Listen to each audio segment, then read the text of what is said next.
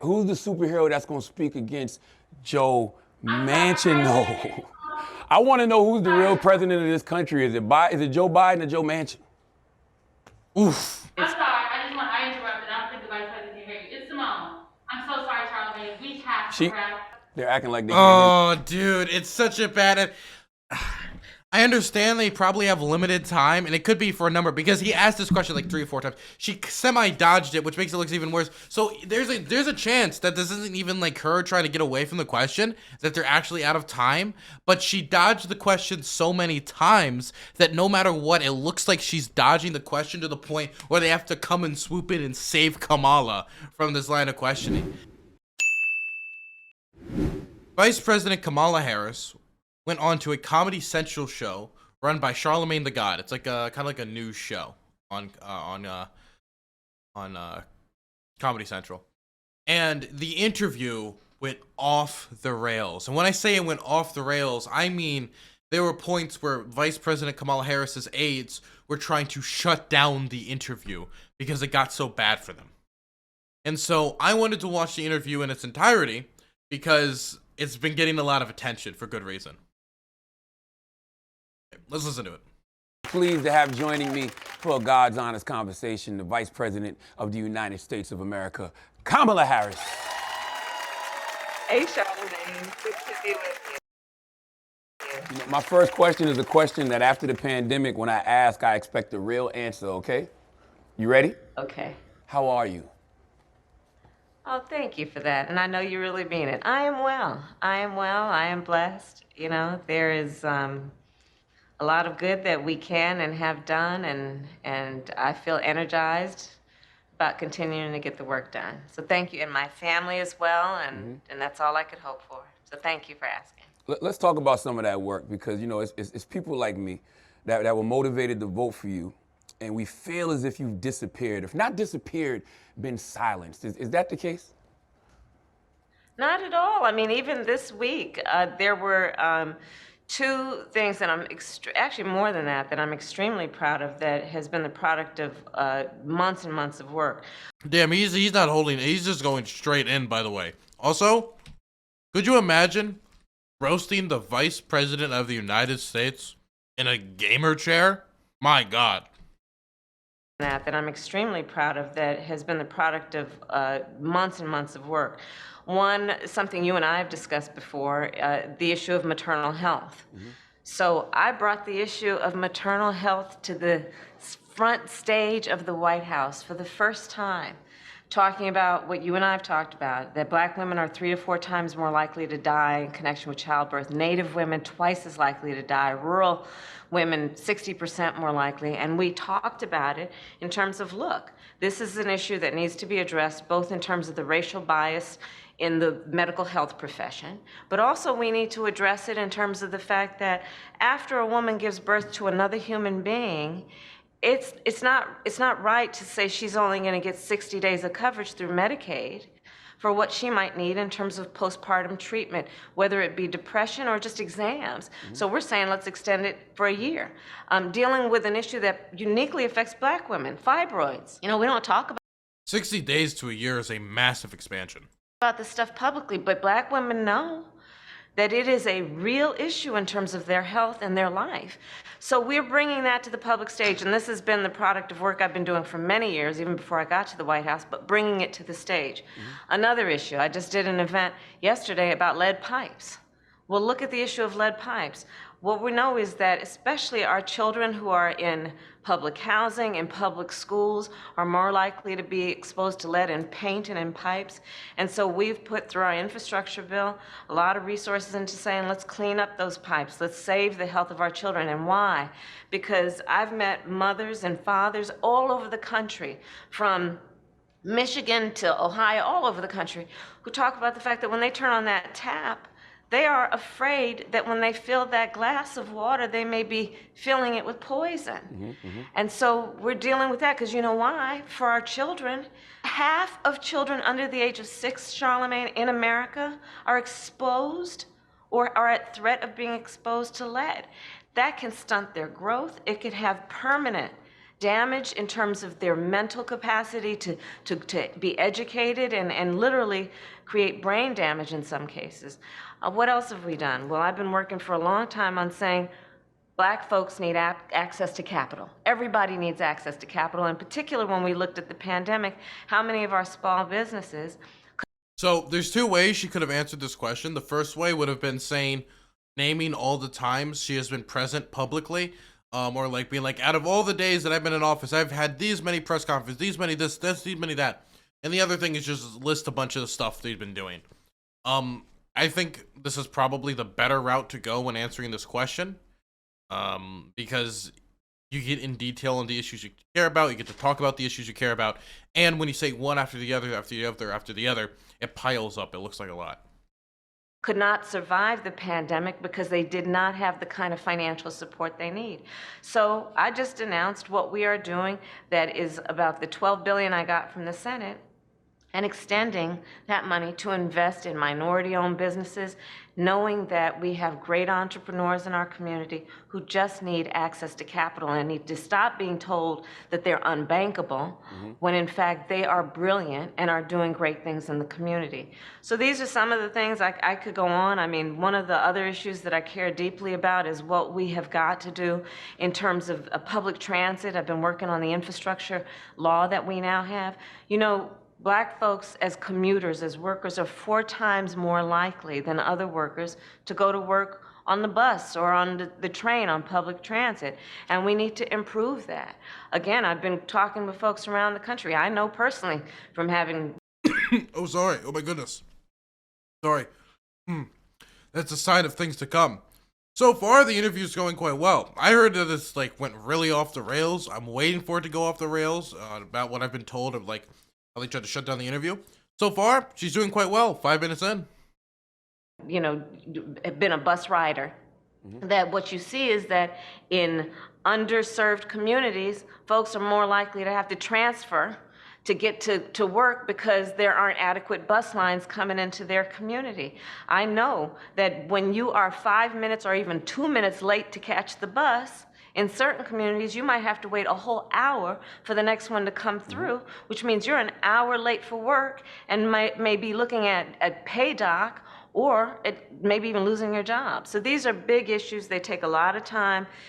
And I'm about saying let's take on the tough issues, but let's do the hard work, which is not just about giving a speech, but it's about actually getting the job done. Absolutely. You know, you get a lot of criticism. You know, more criticism than any VP I've seen in recent memory, but there's nothing you've done on your worst day as VP that compares to, you know, Mike Pence's worst day as VP, but you seem to get crucified for every little thing in the media. Why do you think that is? Well, I appreciate you asking the question, but let me just tell you something. My focus is going to, I can't tell you how many places, from Chicago to Charlotte to Detroit. This is a great answer. The worst thing she could have done right here is be like, well, and even though it's the obvious answer, I think part of it has to do with the fact I'm a Black woman. That could have been the worst thing she could have done. The best thing she could do is be like, look, I don't care about the critics. If I'm getting criticized, everybody has the right to free speech. I'm going to get the job done. I'm going to keep going, etc., etc., etc. I mean, like, you get, like, somebody, Joe Lewis just said it would have been the best for Twitter for it to be like, maybe it's because I'm a Black woman. But when you're talking about, like, voters, the last thing you like, voters want to hear from politicians is, I hate getting criticized. I don't like getting criticized, or this criticism has been very mean. People don't like that. People don't view, even though it's sad, people don't view politicians as, like, human beings. They just see them as, like, representatives. Therefore, they get criticism. It's their job, in part, to take it. Where fathers and mothers bring their little girls and little boys up to me, and they say, I want to meet Kamala Harris. And then the parent shows me on their phone a picture of their child watching the TV when I was sworn in, right? That's what I focus on in terms of my motivation and my inspiration and verification of the importance of being here and getting this work done. And that's where I focus. Do you think the Hey, Joe, if you're free, you want to come in here and watch this with me? criticism comes from you being a Black woman, a woman of color?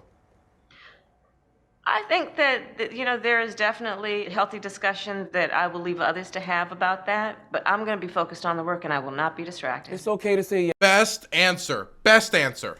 yes. We see it. It's okay. Now, I know you wanted to speak on the bill. Good. Don't take the bait. Don't take the bait. Don't take the bait. Can't gotta teach soon. Okay, no worries, Joe. Back better plan too, but you know, it seems like once again Senator Joe Manchin is stopping progress on that. Why? Well, look, Build Back Better is something that the president and I care deeply about. He named him. He wasn't like, oh, there's certain senator. He named him. He named a specific senator. It was, you know, it was our original idea. Even when we were campaigning, it's about saying, look, if first of all, the cost of living is too expensive for too many people. It has been this way even before the pandemic. And we need to bring the cost of living down. So Build Back Better is saying, let's bring the cost of childcare down. That working families shouldn't have to pay more than 7% of their income in childcare. We're saying prescription drugs are too expensive. We know, you and I know, I have family members who have diabetes. It's too expensive to pay for insulin, and insulin is the only thing that can save a diabetic's life. And so we're saying bring down the cost so that folks wouldn't have to pay more than $35 a month for their insulin. We're talking about elder care. So many folks are raising their young children and taking care of their parents. And it is impossible to take care of their basic needs without having some assistance, and that means bringing the cost down so people can afford to live and satisfy their basic needs and their responsibilities. So we're going to keep pushing, and we're in extensive talks across the aisle with both folks in terms of Republicans and Democrats, but we're not going to give up on it at all. But where's the pushback on Senator Joe Manchin? Why is he allowed to constantly hold up President Biden's agenda? She didn't mention Joe Manchin's name once because she, in her position, probably is told to not do that. Is that they know that they have 50 votes, Joe Manchin's one of them, and they really probably don't want to piss him off. And that seems to be the strategy right now, is to not piss him off. And so him getting named in an interview and her calling him out in an interview is probably not the strategy. Because early on, she was like releasing ads in like West Virginia, in the state of West Virginia, going to West Virginia, talking to people like, hey, here's the agenda we're trying to get done, and that pissed off Joe Manchin. And ever since then, I haven't seen her really step on his toes at all. I mean, look, here's the thing that is an important fact, which may sound technical, but it really is an important fact. We have, you know, folks know we have the White House as Democrats, the House and the Senate. In the House, we have, as Democrats, a majority, I believe as of today, it's by 3 votes. Out of hundreds of people. In the Senate, where there are 100 senators, we are split 50-50 in terms of the Democrats or independents who caucus with the Democrats and the Republicans. And that makes me, as the president of the Senate, the tie vote. Every vote matters, especially in the Senate, and we have to listen to the voices who represent their districts. And so that's what we do, and then we negotiate. Some people said we would never get the infrastructure deal done, but we got it done. Some people said we couldn't get the American Rescue Plan done, which was $1,400 checks for folks, where we expanded the child tax credit. A lot of the way we did that was also informed by some previous work I did to say, people have to pay, parents have to pay the bills every month, so let's get them the child tax credit in payments every month so that they can get through the month. We got that done. Some people said it couldn't be done, but it takes negotiation, and that's what we have to do. Sometimes it is frustrating. Some people say watching sausage get made, you think that's difficult? Well, watch a bill get made. It's frustrating, and sometimes it's just not pretty. At what point do we, like, you know, stop being politicians and just be real with the American people, Madam Vice President? Because we know Joe Manchin is ruining this country. The stuff he's holding up progress on are hurting people. They're hurting black people in particular.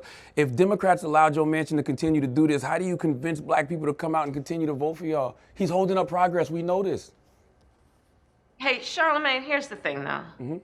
I think it's a mistake to try and think about. Here we go. Oh, no. Here we go. The train has left the station. About this only through the lens of Democrats versus Democrats, when the fact is Republicans are consistently and unanimously standing in the way of progress. Very true. It is my recollection that not one voted for the American Rescue Plan. It is my knowledge that we couldn't get them to even agree, not one, to debate on what we were trying, except maybe Lisa Murkowski at some different points, to debate what we need to do on voting. Couldn't get, because of Republican opposition, the George Floyd Justice and Policing Act to get up for a vote, something I helped write with Cory Booker. So let's put the emphasis where it really needs to be, which is how is it that today, in this year of our Lord, 2021 in America, that on some basic issues like upholding our democracy, we can't get bipartisan support and therefore can't get it through. You go back to Reagan and Bush. There were Republicans during those eras and even before who voted to extend the Voting Rights Act.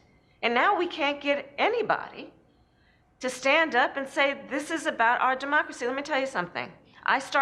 Okay, so what she's saying is true, that it should always be brought up in any conversation about Joe Manchin, that not a single Republican is going to vote for this legislation, even though it's supported by the vast majority of Americans. The same thing should be said about minimum wage, the same thing should be said about the infrastructure bill, the same thing should be said about the American Rescue Plan, the same every single time we mention it. That should be the case. But let's also not get ourselves. The vast majority of us also know that we ain't getting any of those Republican votes. Like somebody, I think Joe said Susan Collins. We ain't getting Susan Collins. Okay? We ain't. As people, you know, she's a moderate. And when I say she's a moderate, I mean she sounds like a moderate. But when it comes to voting, it's not that simple. It's really not that simple. So when we talk about Joe Manchin, we need those 50 votes if we're going to get this through. So it is true what Charlamagne is saying is that Joe Manchin, within our party, which we are members of the same party, the Democratic Party, he is the one holding it up. But the answer to that ain't simple. Because people just kind of, I hear people like say, when it comes to Joe Manchin, like, hey, we need Joe Manchin to remember that Joe Biden is the president. And I'm like, yeah, so what do we do? And then there's no good answer, right? People will propose a bunch of wacky plans like, oh, we'll go into West Virginia and we'll get the voters to rally against it. Like, stuff that ain't going to happen and ain't going to work, right? You got to remember, number one, the first thing Mitch McConnell did when the Democrats took the Senate was go to Joe Manchin and offer him a spot in the Republican Party.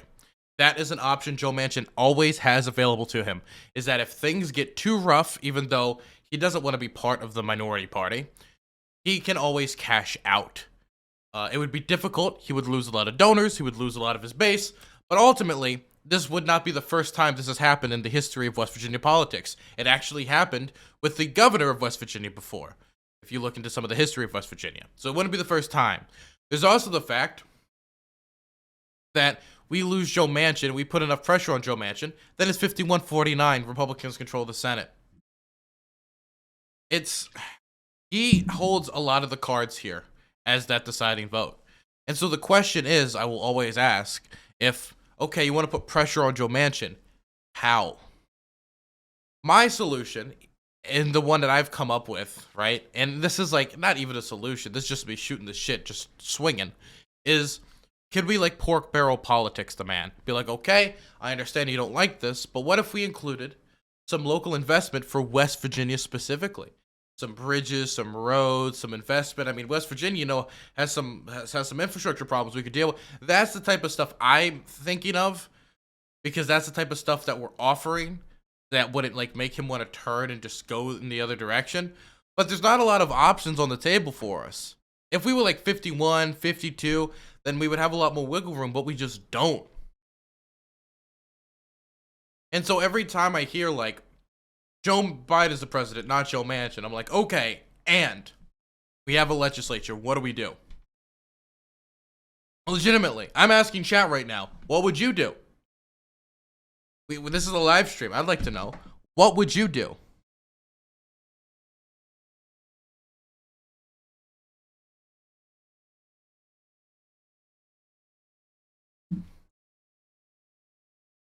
I mean, Vacation, bully. Oh, well, looks like... Well, I guess my point's proven. Not a lot of options. Every single day, reading the presidential daily brief. It's called the PDB, often with the president in the Oval Office. What is in that is classified information. Try to flip a purple Republican and kick his ass out of the party? Okay, so... Not only is that extremely implausible, you would need to name me which Republican, and you would need to find me a Republican that would be more willing to accept a child tax credit instead of Joe Manchin. Which Republican would be willing to accept the child tax credit instead of Joe Manchin? By the way, you would feel like a tax credit would be the type of things that the Republicans would love. And the tax credit has been part of the solution to cutting child poverty in half in this country. It's absolutely beautiful. So it's so fucking weird. Romney? So we're gonna turn Romney into a Democrat? When you say flip, okay, when you say flip Romney, do you mean flip him on this or make him a Democrat? Because if you think Romney's becoming a Democrat, you're delusional. He's not. And Romney is still to the right of Joe Manchin. Now, I have seen, and I do have this pulled up. Oh, I had it pulled up. Oh, no, I lost it. Let's see if I can find it again. Here it is. Here's from Senator Mitt Romney. Now that it's clear, Build Back Better bill isn't moving forward with bipartisan opposition to extending the president's ill-crafted child tax credit, the administration has an opportunity to actually work with Republicans and Democrats on a lasting, fiscal, responsible family policy. Now, the thing is, with what he's saying here, his proposal gets rid of the child tax credit, which is something I'm in love with. So my question to you is, would you be willing to compromise on getting rid of the child tax credit? What if we ran on family values? I talk about it all the time that the Democrats should be running on family values more, since we're the ones proposing maternity leave. We're the ones proposing child tax credits. We're the ones that are, well, overall, right, more so than the other guys, don't want to send your children to go off and die in foreign wars, you know?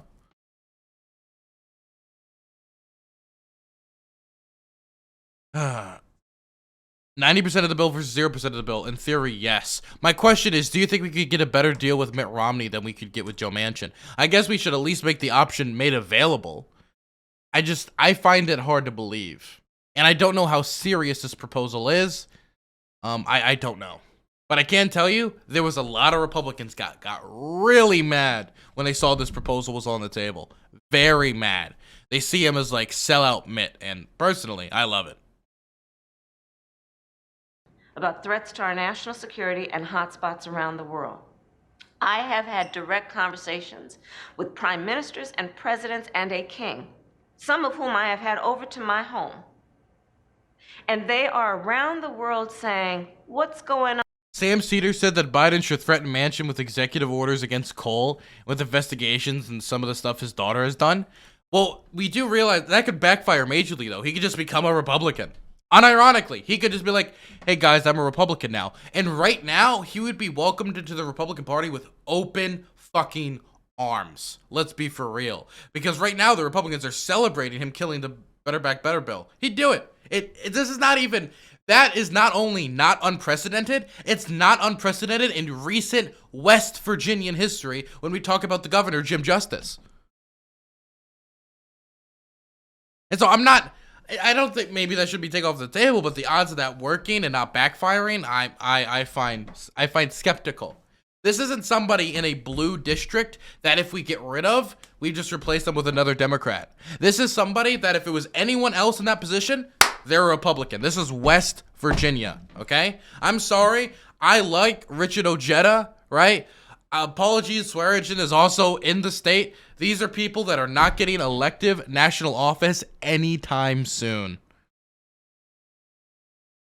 What's going on with you in the United States? What's going on with this voting situation? What's going on? Because right now we are debating whether democracies actually can survive, or is autocracy better, which is basically one person or one group telling everybody what they should do.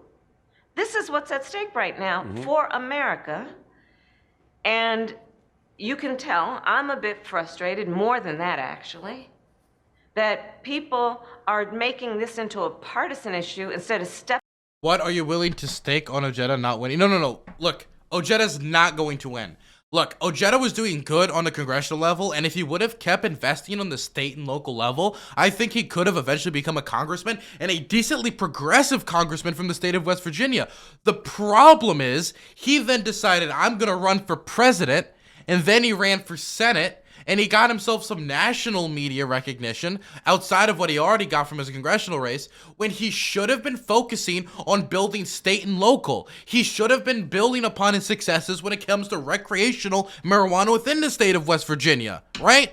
People, Democrats in West Virginia loved him, man. They loved him and they believed in him. And he could get Republicans due to his history as a veteran, due to his working class roots, due to that he was dragging them in slowly but surely. He could have built up a coalition to be a congressional congressional candidate, and eventually maybe one day a senator from the state.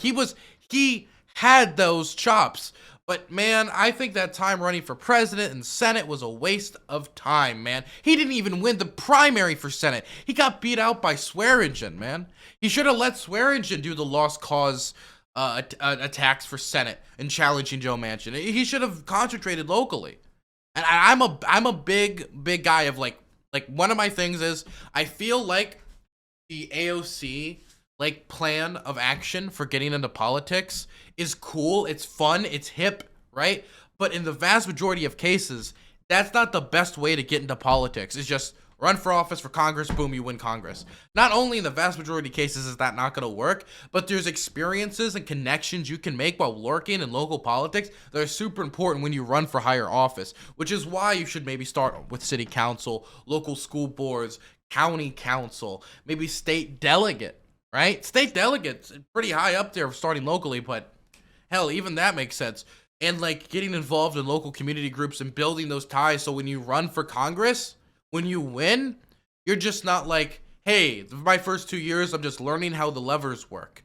And I'm just trying to make all the ties now for the first 2 years and figure out how all this, how democracy functions. Not only does that slow down your progress in the actual office, but that means that a lot of ties you could have made that could have helped you down the line with other activists from your state build up and can help you solidify your power base because you have the ties with the community in order to win in landslide after landslide after landslide election. You just don't have these tools. You don't have these tools in your tool belt. Not only do you not have experience, not only do you not have the ties to politicians, but then you also a lot of times don't have the same ties to your community that makes it easier for you to win these elections in community endorsements and such from local NCPCAs or something.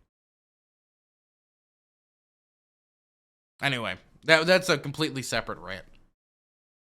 Stepping up to say, save our democracy, and that means stop messing with people's right to vote like they're doing in Georgia and Texas. And this is so much bigger and generational impacting. And people have got to come together, and they need to be held to account, which is what you always do. We need to hold people to account, and that includes looking at the Republican Party.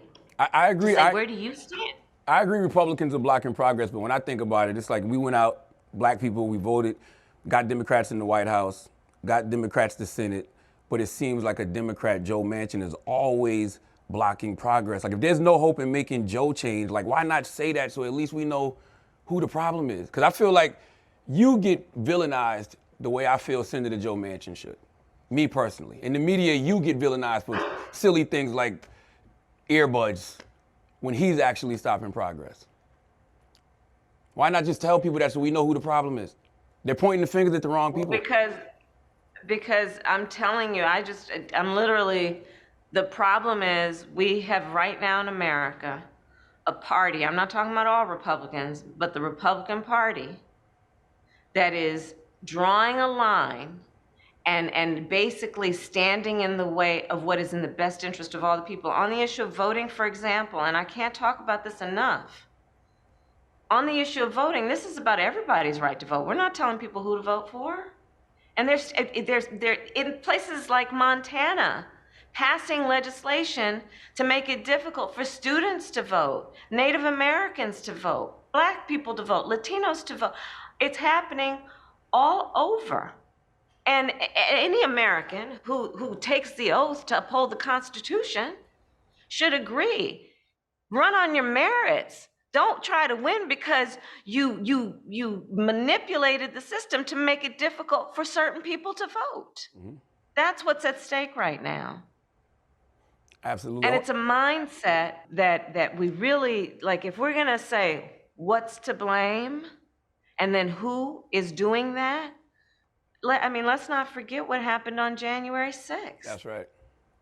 There was a mob that attempted a coup that with force and violence took over our nation's capital to prevent the declaration of an election where the people have voted.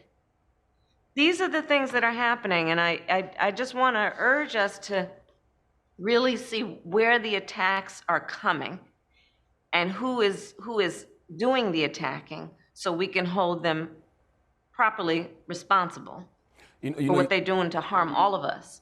I agree. You talked about a lot of the things that, y'all have done with the administration, but, it's a few things still left on the table. Charlamagne, it's Simone. I just want to know if this has to be our last question. Okay. What happened to that student loan money? What happened to the $10,000 promised to the students for student loan debt? That was what's her name? Charlamagne Sanders. You don't know who? I forget his name. It's like Charlamagne Sanders something. This person right here. This is the person. I recognize her voice. This one. This was the person who just interrupted. She used to work for the Bernie campaign, and then a lot of Bernie people despised her because then she ended up working for the Biden. She worked for the Bernie campaign in 2016, then worked for the Biden campaign in 2020. So a lot of Bernie people saw her like as a backstabber and stuff. I don't really know if that. I know the specifics, so I can't say. But that was her basically saying this is gonna be the last question. That could be because this is a pretty hostile quote unquote interview, and she's trying to cut it off, or because she doesn't have enough time. It could be either. I actually don't know. Why did they renege on that? So I know you had Secretary Cardona on recently, and I'll tell you, he is working to increase relief for students. And look, I get it. I get the issue that you're talking about. I had student loans. Look, it's right now we have so many people, tens of millions of people in the United States who are dealing with student loan debt and responsibilities, and it's standing in the way of them being able to start a family or buy a home. And it's real, and we need to deal with it. I remember, I'm gonna date myself, but I had that little coupon where I'd have to pull out the coupon and put in the number and send a check with it every month. And that's real. That is real. We need you to be the superhero that saves democracy. Somebody has to push back on Joe Manchin. That guy is stopping progress. He's ruining democracy. Are you willing to be that superhero? Because what scares me is if voting rights don't pass, or the Build Back Better plan doesn't pass, or police reform. And he really is going after Joe Manchin. He is gunning for Joe Manchin in this interview. Candace Boone, thanks for the tier 1. Reform doesn't pass. I doubt you're going to get black people to go out there and vote in 2022 and 2024, and Trump will be president again. What's the plan for all of that? Well, I couldn't agree with you more on the seriousness of these issues and how people take these issues seriously. And so we're gonna have to keep fighting. On voting rights, we need to pass the John Lewis Voting Rights Advancement Act. We need to pass the Freedom to Vote Act and be relentless about pushing for that, which is what we have been doing and what I certainly am gonna keep doing. We need to keep pushing for what we gotta do to really reform the system that we know needs to be reformed with the George Floyd Justice and Policing Act. But again, Republicans stood in the way to get that done. So what did we do? Well, through the Department of Justice, we banned chokeholds. and carotid holes. We said that law enforcement at the federal level, where we have the power to do it without Congress, that they have to wear body cameras when they're serving warrants.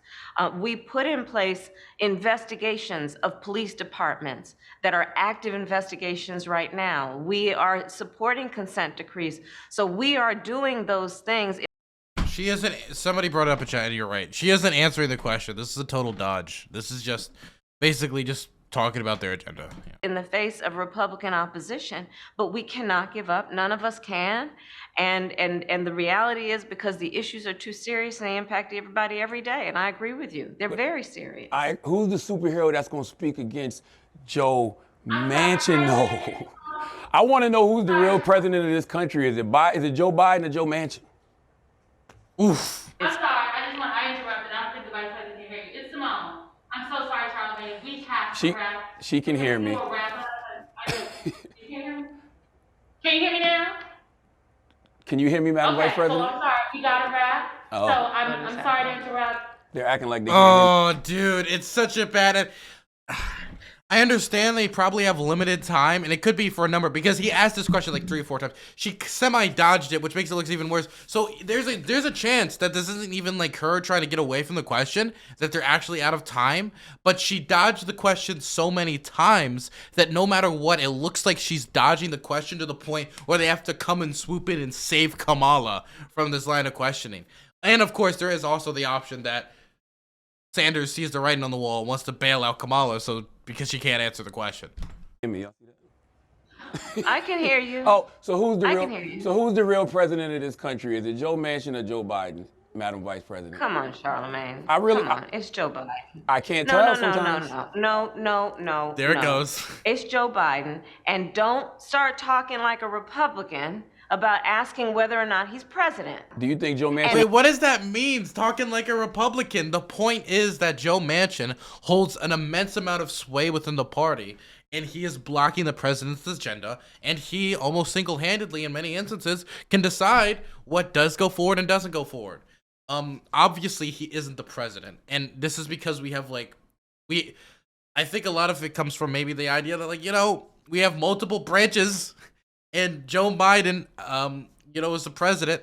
He is the chief executive, but he is not the head of the legislative. So he can't just magically pass things through. But don't say that it's talking like a Republican for him to be concerned about Joe Manchin blocking the agenda. And problem? It's Joe Biden, and I'm vice president, and my name is Kamala Harris. And the reality is, because we are in office, we do the things like the child tax credit, which is going to reduce black child poverty by 50%, on track to do that. But which is now, I think, dead. I think we just sent out the last child tax credit. I think we're done with that because of, who guessed it? Joe Manchin. We do things that are about saying that our Department of Justice is going to do these investigations and require that we end chokeholds and have body cameras. It is the work of saying we're going to get lead out of pipes and paint because our babies are suffering because of that. It is the work of saying people who ride public transit deserve the same kind of dignity that anybody else does. So let's improve that system. It is the work of saying that we have got to bring down prescription drug costs because folks who have diabetes should not be dying because they don't have enough money in their pocket. It's about saying black maternal mortality is a real issue. She's still not answering the question. That must be true. I mean, she answered the question, probably the closest she got to answer the question would be when she said this 50-50 in the Senate and every vote counts. That was the closest she got to answering it, right? Treated by everybody, including the White House, as a serious issue. I hear the frustration, but let's not deny the impact that we've had and agree also that there is a whole lot more work to be done. And it is not easy to do, but we will not give up, and I will not give up. I just want you to know that Madam Vice President, that Kamala Harris, that's the one I like. That's the one that was putting the pressure on people in Senate hearings. That's the one I'd like to see more often out here in these streets. Thank you for joining us, Madam Vice President. I'm glad to be with you. I'm glad to Absolutely. be with you. Thank Appreciate you. Give Maya my All right. love too, and Doug. All right, you take care. Give your family my love. I want to see those babies. Absolutely. Thank you. My God, man, he cooked her up at the end there, and Sanders was trying to drag her out, like everything she could do to try to get Kamala out of there, and he would not let go, man. He was like a shark that smelled blood in the water. My God, I gotta look at the comments on this. She's great at saying lots of words without saying anything at all. Y'all voted for this. Her outburst at the end is pure comedy. So asking difficult questions is acting like a Republican. This one right here is pretty on point, yeah.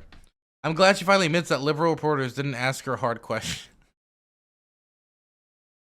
Refreshing to finally see real questions that expose politics' true colors. I'm actually impressed with how good Kamala is at talking without saying anything. Now that takes talent. She said things. She just had one question about Joe Manchin. She semi-answered once when he said it was 50-50, right? And then she kind of like danced around it for the rest of the interview.